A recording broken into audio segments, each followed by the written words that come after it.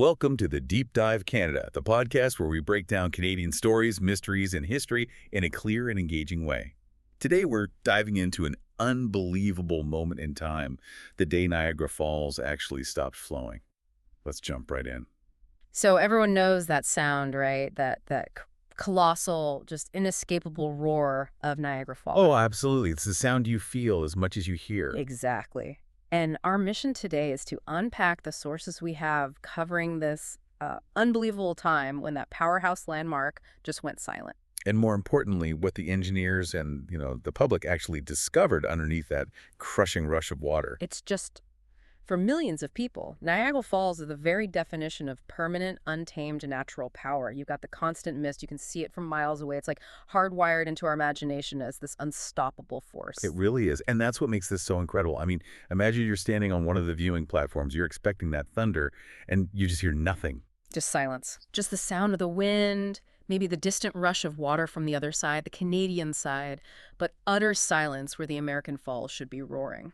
And this impossible sight is exactly what people saw in 1969. It's just astonishing to visualize. Yeah. That precise moment of realization must have been so surreal. And for everyone listening, it's important to know we're talking specifically about the American Falls section. Right. It basically went dry, starting on June 12th, 1969. And the water didn't just slow down. I mean, the tap was literally turned off. And the reaction was, well, it was immediate. It was this chaotic wonder. The sight of the American Falls flowing at zero drew international attention instantly. I can imagine. People flocked there not to hear the roar, but to witness the silence. It became this massive, muddy amphitheater where a geological spectacle was supposed to be happening. And what came next was just... Yeah. It was unprecedented access. I mean, think about the physical space we're discussing here. Yeah. For almost 6 months. People could just walk right in. Exactly. They could walk into the riverbed, step on rocks that had been, under a constant deluge for millennia. They weren't waiting. They were walking where the force of the Niagara River normally just tears through everything. And that turned the whole thing into part engineering project, part historical exploration. It's fascinating. But while the public was looking at the spectacle, at all these strange exposed rocks, the engineers had a much more urgent focus. That's right. This wasn't a tourist stunt. It wasn't even a response to an emergency. This was a deliberate, massive intervention to address a really deep, long-standing geological problem. Okay, so let's unpack that. We've got the public spectacle, but now we're shifting to the technical side of things. Why did engineers decide that stopping the flow, which sounds incredibly dangerous, was the only option? What was the real problem they were trying to solve? The problem, in simple terms, was something called differential erosion. And it was a huge threat to the long-term stability of the American Falls. The key is the geology there. The falls are capped by this really hard resistant rock called Lockport dolomite. Okay. But underneath that hard cap rock, there's a much softer, less durable layer of Queenston shale. So you've got hard rock sitting on top of soft rock, and I'm guessing the soft rock erodes a lot faster. Precisely. The continuous mist and the water just slowly but relentlessly wore away that soft shale underneath. It was undercutting the cap rock layer. Creating an overhang. A massive one. The engineers saw that the American Falls had already receded hundreds of feet because of this. They projected that, without intervention, a catastrophic collapse wasn't just possible, it was imminent. And that would turn the falls into just a messy, unstable slope of rubble. Exactly. It would have completely changed the landmark. So the main goal here was rock stabilization. They had to get under there, see how bad the erosion was, and physically reinforce the whole structure. This wasn't minor maintenance. It was like structural heart surgery on a mountain. The idea of stopping a force like that is one thing, but actually doing it is another. So tell us about the engineering feat itself. How on earth did they build a dam strong enough to divert the entire Niagara River? This is where the human ingenuity part is just so incredible. The solution was to build a 600-foot-long cofferdam just upstream from the brink of the American Falls. And a cofferdam is basically a temporary wall, right?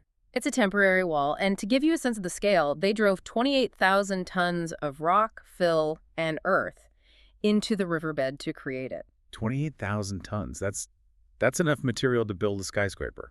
Just to hold back water for a few months. It was an enormous undertaking. So was there any concern about that? I mean, diverting all that extra water over to the Canadian side, to the Horseshoe Falls, Did that create a new risk over there? That's a really important question. And yes, they thought about it. The International Joint Commission, which manages the boundary waters, had very strict protocols. They knew it would increase the flow over the Horseshoe Falls. Which is much larger. It's larger and more structurally sound, but they monitored it very, very carefully. The consensus was that the urgent need to save the American Falls from collapse just outweighed the temporary, pretty minor increase in erosion on the Canadian side. It was a calculated risk.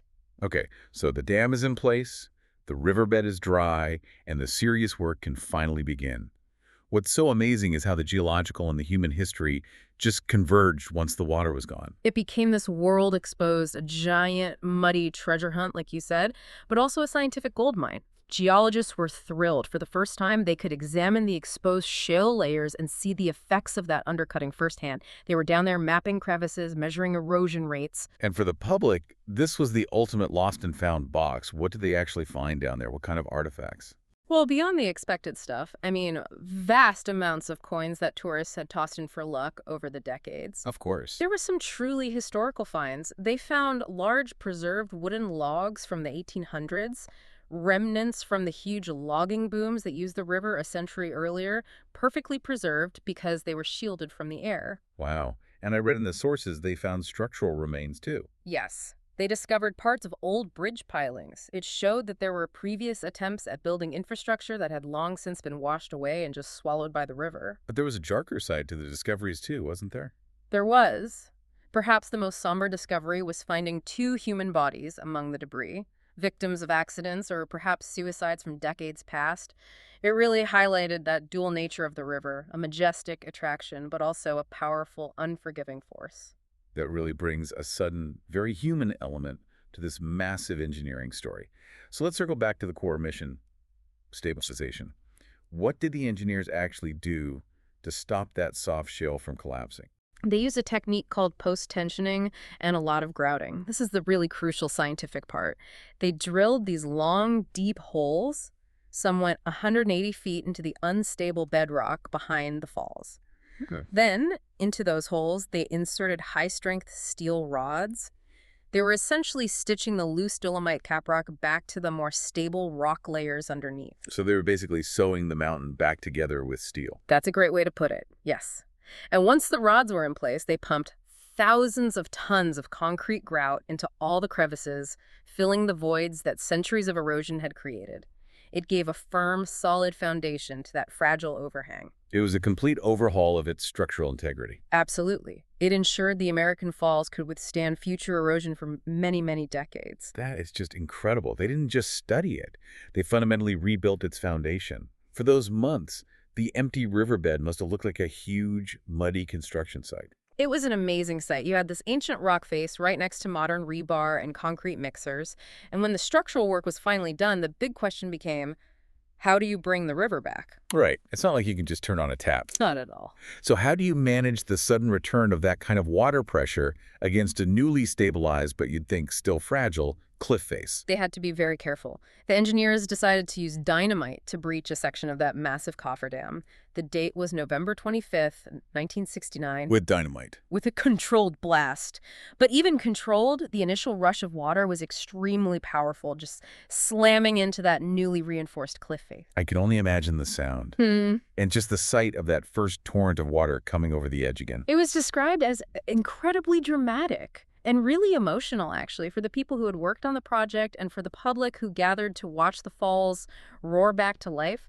In just a matter of hours, the American Falls went from a silent rock face back to a rushing cascade. Erasing all that human presence from the last few months. Gone in an instant. So the story comes full circle. Yeah. But it does beg the question for anyone listening today. With erosion being a constant thing, will Niagara Falls ever stop again? Could we see another diversion? And that's the modern relevance here. Engineers have said that while the 1969 event was unique, it solved so many unknowns, the option to divert the water is still on the table. So it could happen again. It could.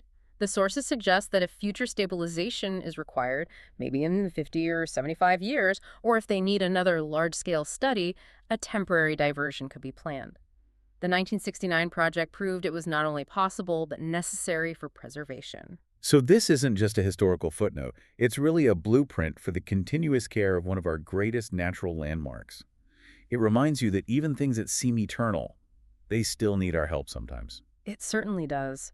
This entire deep dive just illustrates this profound moment where the sheer scale of building and then breaking a 28,000-ton dam came together with raw geological history that was just suddenly revealed. A monumental undertaking. We should really reflect on the scale of that temporary dam, needed just to overcome the force of one of the world's most powerful waterfalls, even if it was just the American Falls. It's a testament to engineering ambition. And it raises a question for you, the listener, about our ongoing relationship with these massive natural forces. When should we intervene to preserve nature? And what's the cost of temporarily pausing something we think of as unstoppable? Just consider the level of structural confidence those engineers needed to stand next to a temporary dam holding back the entire Niagara River. That moment truly redefined the limits of what's possible for the sake of long-term preservation. Thanks for tuning in to The Deep Dive Canada. If you enjoyed this deep dive, don't forget to comment, like, and subscribe for more stories just like this. See you in the next episode.